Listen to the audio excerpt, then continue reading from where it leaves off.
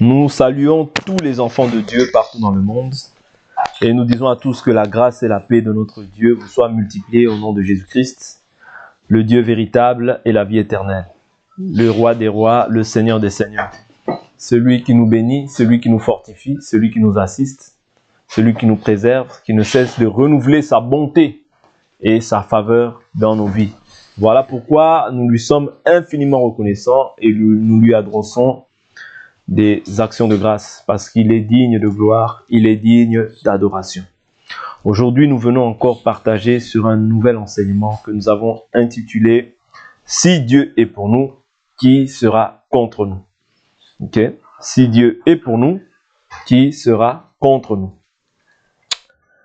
Donc, nous voulons un peu nous exhorter sur ce thème-là, qui va nous fortifier, qui va nous aider à encore placer notre foi davantage en Christ, à encore être fortifié face aux épreuves que nous pouvons traverser. Parce que n'oubliez pas que la foi que nous confessons, c'est une marche. Nous sommes dans une marche. Ok? Et cette marche-là, elle est bourrée d'épreuves. Ok? Il y a une multitude d'épreuves dans cette marche. Dès lors où tu as cru au Seigneur Jésus-Christ, la chose qu'il faut comprendre, c'est qu'il y a l'adversaire qui va s'élever contre toi. Quand ici je prends l'adversaire, je prends le diable. Selon qu'il est écrit dans 1 Pierre chapitre 5, le verset 8, je prends une écriture. Je prends une écriture qui va nous aider dans un premier temps. Il faut que tu saches qu'il y a l'adversaire, qui est le diable, qui va s'élever contre toi, mais aussi son armée. Ok? Aussi son armée. C'est-à-dire tous ceux qui sont au service du diable. Ouais. Quand tu crois au véritable évangile, il faut croire que toutes ces personnes-là aussi vont devenir aussi des adversaires. On va les appeler l'adversité. Voilà, on va parler de l'adversité. Parce que nous avons un seul adversaire, en réalité c'est le diable. Mais quand on parle de l'adversité, c'est tous ceux en fait qui sont sous l'emprise de l'adversaire. Ok, qui sont sous l'emprise de l'adversaire, donc automatiquement sous l'emprise du diable, qui vont automatiquement aussi te persécuter. Ok, ça, c'est ce que Jésus nous a dit, et nous allons aussi le voir au travers de l'évangile. 1 Pierre, chapitre 5, comme je l'ai dit tout à l'heure, je prends le verset 8. Je prends même le verset 7. Déchargez-vous sur lui de tous vos soucis, car il prend soin de vous. Nous devons faire quoi auprès du Seigneur? Nous décharger. C'est-à-dire la charge qui pèse sur ta vie. Le fardeau, la difficulté que tu traverses, qu'est-ce que tu dois faire?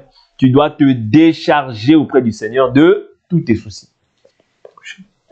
Okay? Donc, tu dois te décharger sur lui de tous tes soucis. Parce que c'est lui qui prend soin de toi. Okay? Soyez sobres. Veillez. Votre adversaire, le diable, comme je vous dis que nous n'avons qu'un seul adversaire. Tous ceux qui persécutent, en réalité, sont aveuglés. Okay? Tous ceux qui nous persécutent, en réalité, sont aveuglés par l'adversaire. Okay? Sont aveuglés. Parce que c'est l'adversaire qui aveugle l'adversité. Parce que ceux qui font cela, en réalité, c'est parce qu'ils ne sont pas éclairés. Okay? Ils ne sont pas éclairés, ils sont encore dans les ténèbres. Voilà pourquoi ils agissent selon le maître, le père des ténèbres, qui n'est autre que le diable. Le père du mensonge, le diable, Satan, comme il est comme il est appelé en fait dans la Bible. Donc ici il dit soyez sobres, veillez. Votre adversaire, le diable, rôde comme un lion rugissant, cherchant qui dévorer. Résistez-lui ferme en la foi, et sachant que les mêmes souffrances sont imposées à vos frères dans le monde. Le Dieu de toute grâce, qui en Christ vous a appelé à sa gloire éternelle, après que vous aurez souffert un peu de temps, vous formera lui-même, vous affermira, vous fortifiera, vous rendra inébranlable. C'est qui le fera? C'est le Seigneur. C'est-à-dire le Seigneur le fera lui-même. Oui. Mais après, avant ça, il faut qu'il y ait les souffrances, il faut qu'il y ait les difficultés. C'est ce qu'il est écrit. Ok? Il nous formera lui-même, il nous affermira, il nous fortifiera et nous rendra inébranlables. Ok? Donc Dieu doit faire en sorte qu'il y ait toutes ces étapes pour ta croissance, pour ta maturité. C'est-à-dire que les difficultés, Dieu permet cela. Dieu permet, mais Dieu ne te tente pas au-delà de tes forces. Ok? Dieu ne te tente pas au-delà de tes forces, parce qu'il dit, le Dieu de toute grâce, qui en Christ vous a appelé à sa gloire éternelle, après que vous aurez souffert un peu de temps. C'est-à-dire la souffrance est permise par Dieu. Un peu de temps, et maintenant qu'est-ce qu'il fera par la suite? Il vous formera lui-même. C'est-à-dire il te formera lui-même, il t'affermira lui-même, il vous fortifiera, et vous rendra inébranlable. C'est-à-dire celui qui forme, c'est Dieu. Celui qui affermit, c'est Dieu. Celui qui fortifie, c'est Dieu. Et celui qui rend inébranlable, c'est aussi Dieu. Ok? À lui la puissance au siècle des siècles. Amen. C'est-à-dire que il faut comprendre que nous avons un adversaire. Même si nous ne le voyons pas physiquement, il faut comprendre qu'il est là et qu'il rôde. Oui? Voilà pourquoi tu dois être prudent. Ne te dis pas que comme tu es en Jésus, c'est bon. Non. La Bible nous dit quoi? La Bible nous dit quoi? N'oubliez pas le thème que nous partageons, c'est si Dieu est pour nous, qui sera contre nous? Ouais, je vous ai dit que celui qui est contre nous, en réalité, c'est le diable. Ok? Celui qui est contre, c'est celui qui est en fait contre Christ. Parce qu'en réalité, ce n'est pas toi qu'on persécute. C'est Christ qui est en toi. Ok? Celui qui est contre l'œuvre de la croix, c'est le diable. Voilà pourquoi dès lors où toi tu entres en Christ, le monde dans lequel nous sommes va s'opposer à toi. Pourquoi?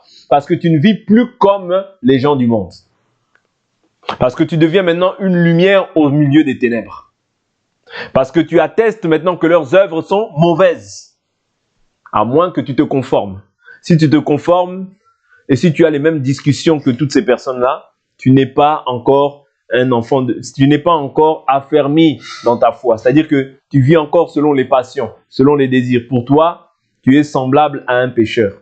Parce que la Bible nous dit, l'héritier, tant qu'il est un enfant, ne diffère en rien d'un esclave, quoi qu'il soit maître de tout.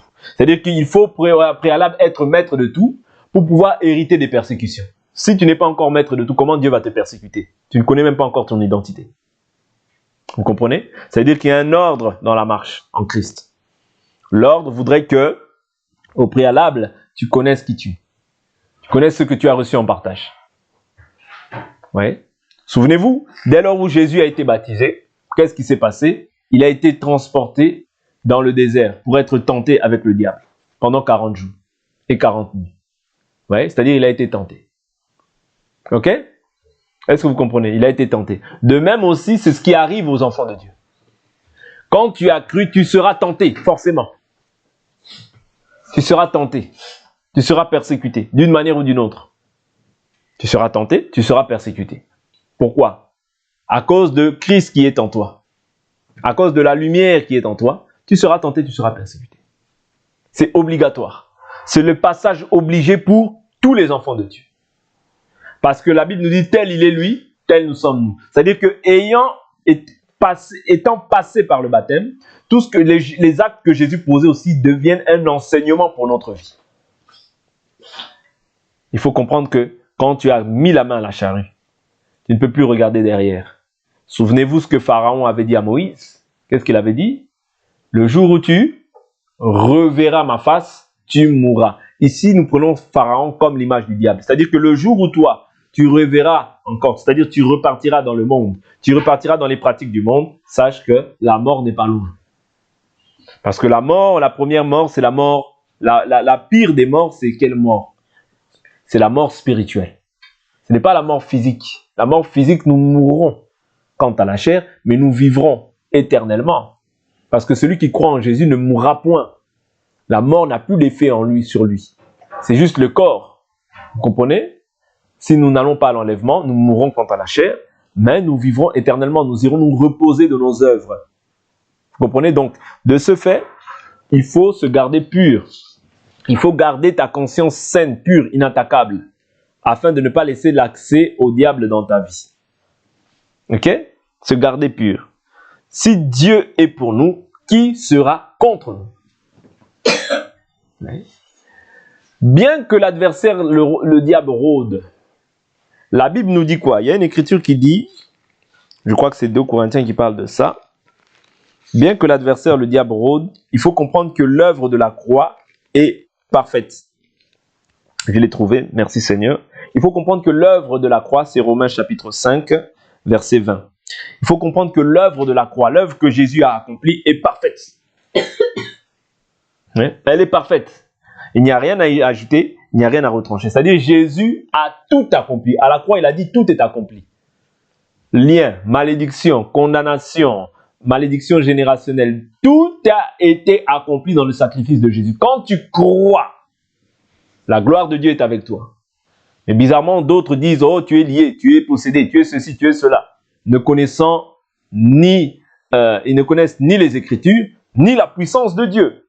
Parce que s'ils connaissaient les Écritures et la puissance de Dieu, ils ne pourraient pas parler de lien, de malédiction, de condamnation, de ceci, cela. Parce que Jésus, à la croix, il a dit, tout est accompli. Dans un même lieu, dans un même temple.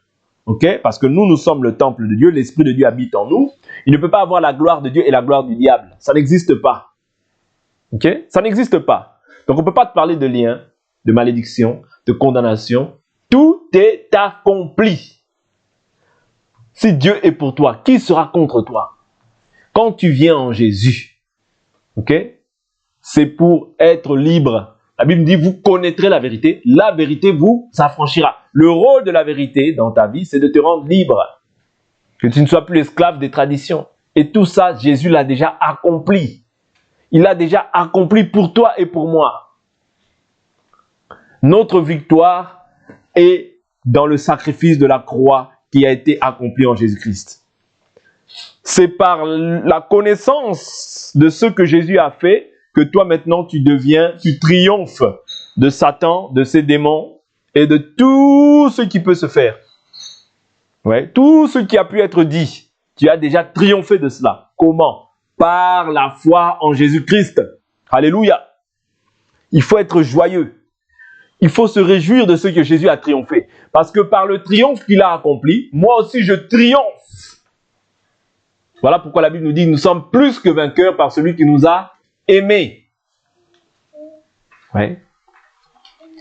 Les principautés, les autorités, les pouvoirs, les trônes, les dominateurs des ténèbres d'ici-bas, les sorciers, les magiciens, les occultistes, tout ça ne peuvent rien contre toi. Parce que Dieu est pour toi.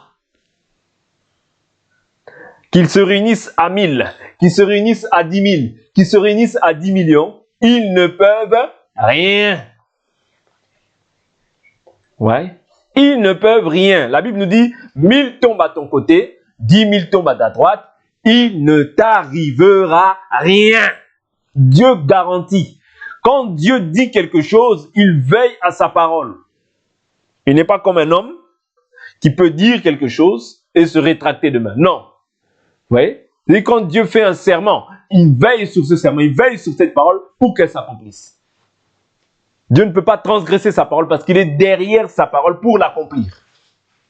Est-ce que vous comprenez? Oh, ils sont là. Ils sont là. Ils partiront d'une manière ou d'une autre. Celui qui est en nous est plus grand que celui qui est dans le monde.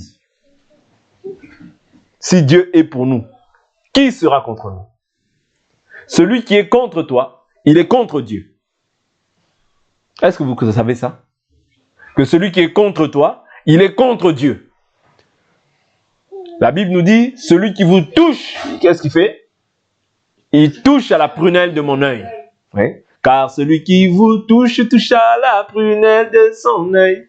Vous comprenez? Donc, celui qui te touche, il touche à Dieu. Est-ce que vous comprenez? La Bible nous dit quoi? Romains chapitre 5, le verset 20. Or, la loi est intervenue pour que la faute soit amplifiée. Mais là où le péché s'est amplifié, la grâce a surabondé. Ouais. Là où le péché s'est amplifié, La grâce, qu'est-ce qu'elle a fait? La grâce que Jésus nous accorde par la victoire qu'il a accomplie à la croix de Golgotha, la grâce, elle a surabondé. Vous comprenez? On ne peut pas te parler de ton péché, on ne peut pas te parler encore de la loi, de ceci, de toutes ces choses. Non, on doit te parler de ce que Jésus a accompli. Il a tout accompli. Tout. Oui, mais tu vois, ton voisin, c'était un marabout, ton voisin, c'est ça. Oui, c'est un marabout, ça fait rire. C'est un être humain comme tous les êtres humains. Peut-être que par ma présence, il sera délivré, il se repentira, il confessera Jésus demain. Vous comprenez? Donc ne craignez pas ce que les hommes craignent. Ouais. Ne craignez pas ce que les hommes craignent. La Bible nous dit que ne craignez pas ce que les hommes craignent. C'est très important. L'Écriture nous dit dans le livre de Romains chapitre 8, ça c'était le texte même que j'ai même pas lu. Romains chapitre 8, verset 31. Que dirons-nous donc à ce sujet? Si Dieu est pour nous, qui sera contre nous? Ouais. Si Dieu est pour nous, qui sera contre nous? Lui qui n'a pas épargné son propre fils, mais qui l'a livré pour nous tous, comment ne nous donnera-t-il pas aussi tout avec lui, par grâce? Là, la Bible nous dit, comment ne nous donnera-t-il pas aussi tout avec lui? Pas certaines choses, tout. Ça veut dire que toi, tu es héritier de toutes les promesses qui ont été faites à Jésus. Toi, tu les hérites par la foi. Voilà pourquoi si tu n'as peur, en fait, tu ne comprends pas. Tu n'as pas compris. Si tu es toujours dans un esprit de peur, un esprit de ceci, tu ne comprends pas que Dieu t'a déjà tout donné par Jésus. Tout. Mais toi, tu t'ignores. Tu dis non, je n'ai pas encore tout reçu. Non, tu as tout reçu par Jésus. Tout. Est-ce que vous comprenez? Tu as reçu le pouvoir, l'autorité de marcher sur les serpents, de marcher sur les scorpions et sur toute la puissance de l'ennemi. La Bible nous dit, rien ne pourra vous nuire. Luc chapitre 10. Prenons cette écriture. Jésus dit, voici, je voyais Satan. C'est Satan que les gens ont tant peur. Les gens ont peur. Les gens glorifient. Ouais. Les gens glorifient Satan. Chaque dimanche dans leur synagogue de Satan, ils glorifient leur père qui est le diable. Ouais. Dans leur synagogue, le mercredi, le dimanche, ils glorifient Satan. Oh, tu es lié. Oh, tu es possédé. Oh, tu es ceci. Oh, tu es cela. Fils du diable. Tu glorifies le diable. Tu es un fils du diable. Parce que nous ne pouvons pas glorifier le diable. Nous glorifions l'Éternel notre Dieu, Jésus-Christ de Nazareth, le roi des rois, le Seigneur des seigneurs, le Tout-Puissant, celui qui a vaincu la mort, celui qui est ressuscité le troisième jour, celui qui intercède pour nous à la droite du Père, celui qui est notre avocat. C'est lui que nous glorifions. Nous n'élevons pas le diable. Oh, lié, possédé, tu es ceci, tu es cela. Non, non, non, tu n'as rien de tout ça. Jésus a tout accompli. Luc chapitre 10. Luc chapitre 10, verset 17.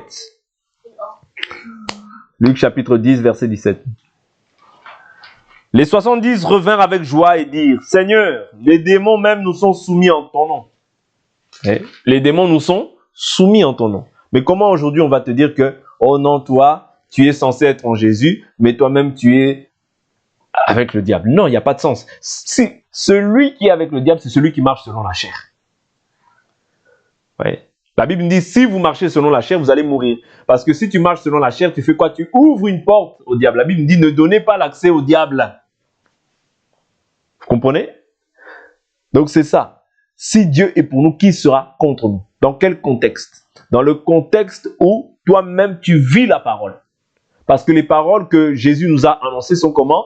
Esprit et vie. C'est-à-dire que cette parole est esprit, bien sûr, tu la reçois par l'esprit, par la foi. Esprit, cela voudrait dire que, voilà, ce n'est pas quelque chose de matériel, c'est quelque chose de spirituel, vous voyez, que nous recevons, mais elle est vie, c'est-à-dire que nous devons aussi mettre cette chose-là en pratique. Ça doit être vivant, vous voyez. Ce que je crois spirituellement, je le matérialise, c'est-à-dire dans ma marche, dans mon quotidien comme ça. Ça doit être vivant, que je suis maintenant réconcilié avec mon Créateur, que je suis maintenant une nouvelle créature, que je ne marche plus en ancienneté de vie, mais en nouveauté de vie. Tout ça doit être manifesté de par mon comportement, de par mes propos, de par mon attitude. C'est une vie, cette parole. Elle ne doit pas rester à l'aspect simplement spirituel. Oh, c'est esprit. Non, oui, c'est esprit, mais c'est aussi vie. Ok? Donc, les 70 revinrent avec joie et dirent, Seigneur, Les démons même nous sont soumis en ton nom. Il leur dit, je voyais Satan tomber du ciel. Quelqu'un qui tombe devant toi. C'est un inférieur ou c'est un supérieur? C'est un inférieur. Mais c'est ce même inférieur que les gens glorifient chaque jour. Ouais. Quelqu'un qui tombe devant toi. Jésus dit, je voyais Satan. Jésus le voyait. Il dit, je voyais Satan tomber du ciel. Mais les gens ne craignent pas Jésus, mais ils craignent Satan. Voilà pourquoi quand tu fais le mal, en réalité, tu fais aussi, c'est-à-dire quand tu te livres au mal, je ne dis pas le mal comme étant une erreur qu'on peut faire. Quand tu te livres au mal, tu te livres au péché, c'est comme si tu te prosternes devant le diable, devant l'inférieur. Or, toi, tu dois te prosterner devant le supérieur, c'est-à-dire le supérieur, c'est Jésus. Tu dois te prosterner devant le fait que Jésus t'a donné des ordonnances et que tu les pratiques. C'est ça les paroles qui sont esprit et vie. Il dit, je voyais Satan tomber du ciel. Sa place n'est plus au ciel. Il règne dans le deuxième ciel et dans le premier ciel, mais il ne règne pas dans le troisième ciel. Il dit, je voyais Satan tomber du ciel comme un éclair. Mais il dit quoi? Voici, je vous ai donné le pouvoir de marcher. Quelque chose sur lequel tu marches. Est-ce que cette chose-là est supérieure à toi ou cette chose est inférieure à toi? Elle est inférieure, on est d'accord. Ok? Mais comment maintenant aujourd'hui, dans certaines églises, on te fait comprendre que Satan est supérieur. Les démons, les liens, les malédictions, les condamnations. Oh, tu es lié. Oh, tu es possédé. Oh, ceci, cela. Oh, c'est ton père, c'est ta mère, c'est ceci. Ça, c'est des évangiles diaboliques. C'est un évangile satanique. Ouais.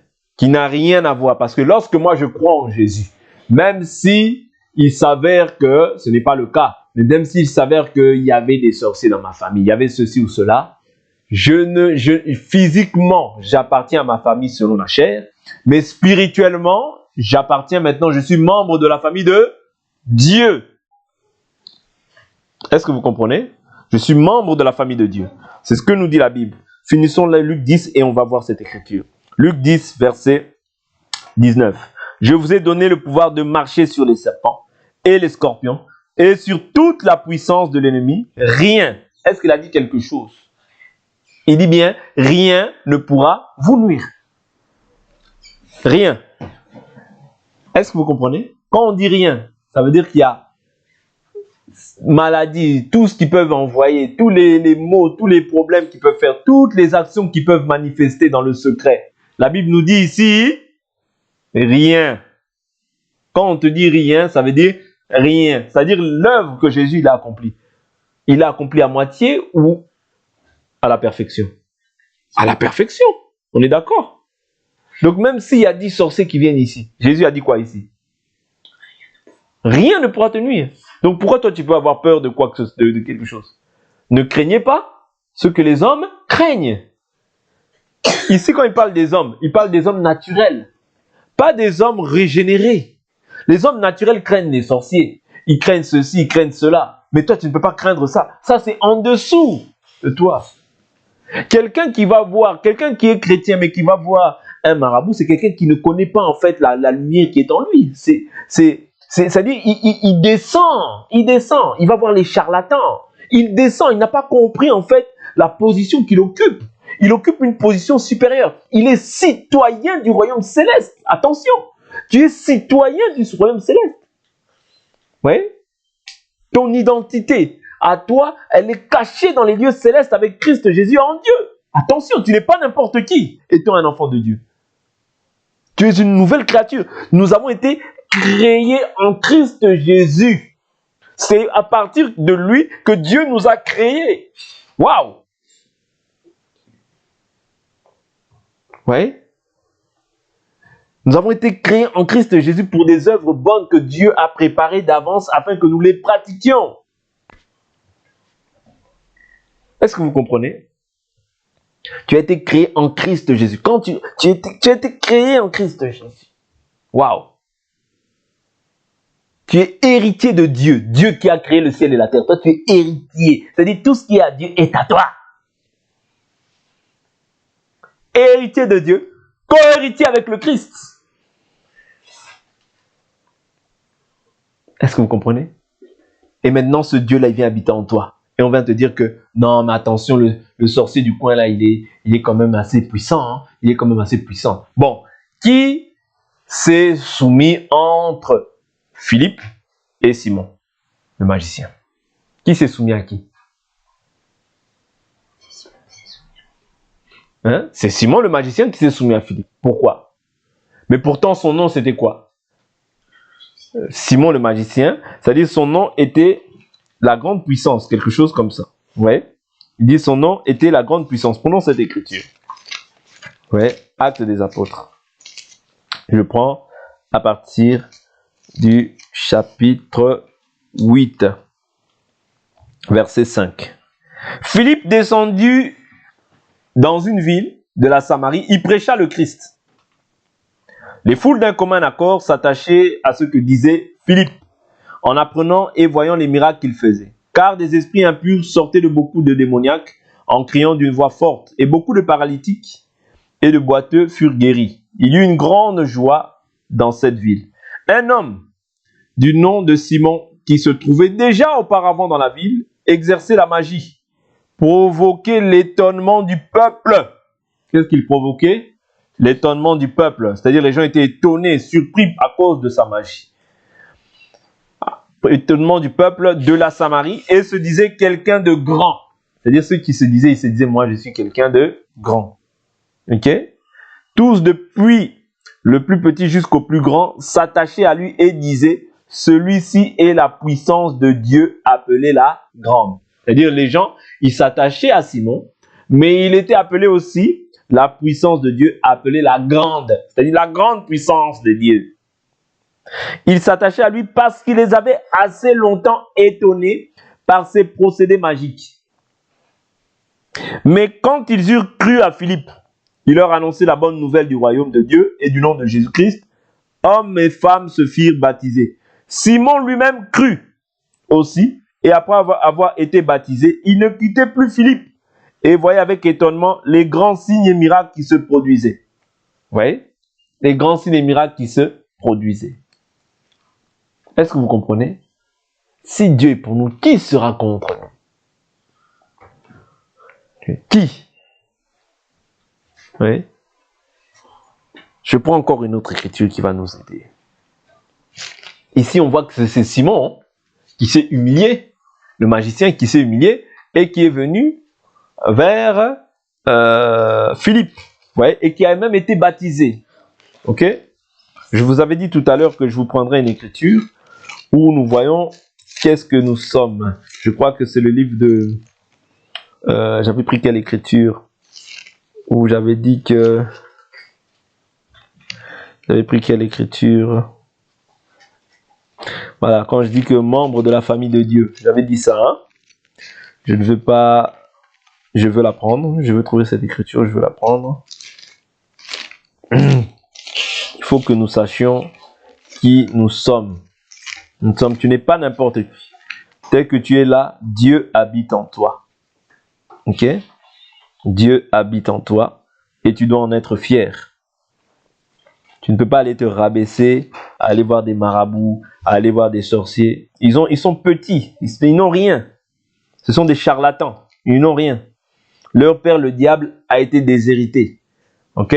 Donc eux, ils servent un déshérité. Ok? Ils servent quelqu'un qui est déshérité, qui a perdu l'héritage. Si toi aussi tu t'en vas vers ces gens-là, tu perdras l'héritage. Ils servent un déshérité, quelqu'un qui a été déjà, qui n'est plus dans la gloire. Quelqu'un qui a perdu. Alors, comment toi tu peux servir quelqu'un qui est déshérité? Quelqu'un qui a été projeté sur la terre. Donc lui, simplement, son règne là, c'est le peu de temps qu'il lui reste sur la terre. Il cherche simplement à séduire et à détourner les enfants de Dieu de la vraie foi. C'est tout. Oui. Et ces adeptes qui le suivent avec les liens, les évangiles des liens, des malédictions, des condamnations, tout ça là, ces adeptes aussi iront au même lieu que lui, à moins qu'ils ne se repentent. Prenons une écriture.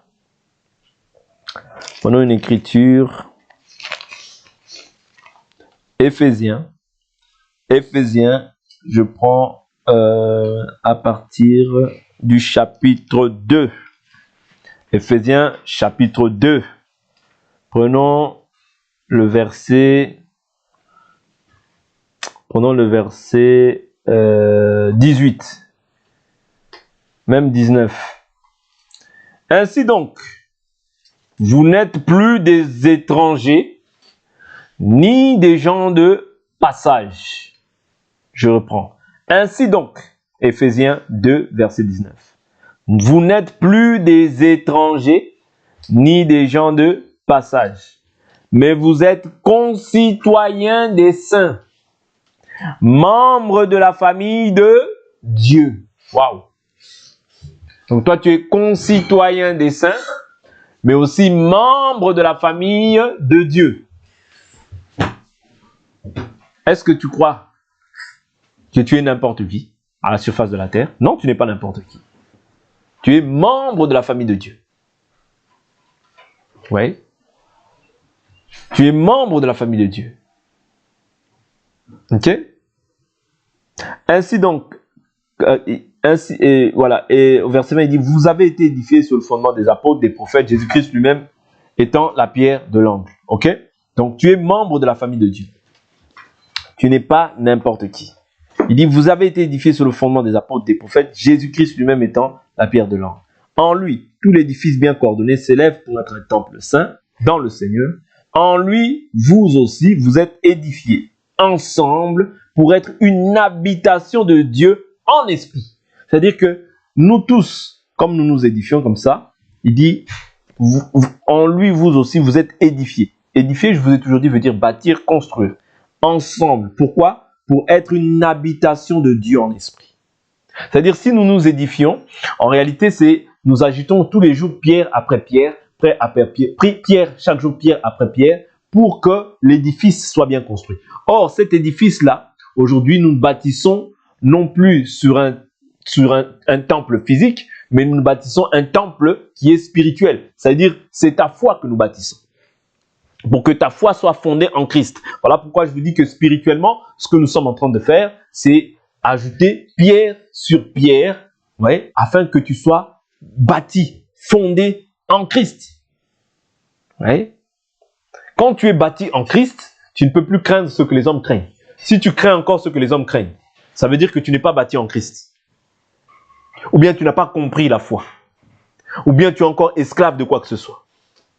Mais l'esclave, la Bible nous dit, ne demeure pas dans la maison, mais le fils y demeure. Or, le fils, c'est celui qui arrive à la maturité. Vous voyez? Le fils, c'est celui qui a la maturité, qui connaît ses droits. Voilà pourquoi ce n'est pas Jésus enfant qui s'est offert, mais c'est Jésus fils. C'est-à-dire quand il arrive à l'âge de la maturité, il devient fils, il peut souffrir, il peut être un don pour l'Église. C'est pas moi qui le dis, je prends une dernière écriture et on va s'arrêter là pour aujourd'hui. Ésaïe. Ésaïe.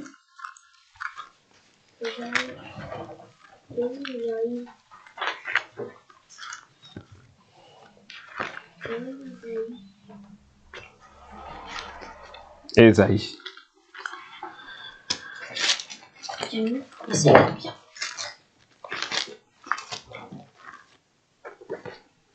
Ésaïe, c'est dans l'Ancienne Alliance. Regarde, ici, hop. Et les prophètes. C'est avant Jérémie. Ok, Ésaïe, tu prends au chapitre 9. Tiens, tu cherches le chapitre 9. Je t'ai mis dans Ésaïe là. Ok, c'est bon, tu y es? Ça marche, c'est bien. Alors, Ésaïe, je prends le chapitre 9 au verset 5. Vous y êtes? Non. Ésaïe chapitre 9, le verset 5. Car un enfant nous est né, un fils nous est donné. L'enfant, il naît. Mais le fils, c'est un don. Est-ce que vous comprenez? C'est le fils qui devient un don. Voilà pourquoi tant que nous sommes enfants, nous ne sommes pas différents d'un esclave. C'est pourquoi nous devons aspirer à être des fils, parce que c'est le fils qui s'offre. C'est le fils qui devient un don. Toute personne qui est en Christ, qui devient un don, comprend qu'il a acquis la maturité et qu'il peut maintenant s'offrir. C'est-à-dire, il devient une offrande à Dieu. mais il devient aussi une offrande pour les hommes. C'est pourquoi Jésus pouvait dire, je me sanctifie moi-même pour eux, afin qu'eux aussi soient sanctifiés par la foi en moi. C'est-à-dire que quand nous nous sanctifions aussi pour les autres. L'enfant nous est donné, mais le Fils nous est donné. C'est-à-dire le Fils devient un don pour les enfants de Dieu. Et la souveraineté reposera sur son épaule.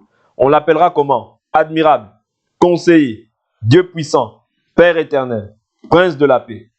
Vous voyez? Donc ici, on comprend que c'est tous les attributs qui sont donnés au Fils de Dieu, c'est-à-dire Jésus-Christ.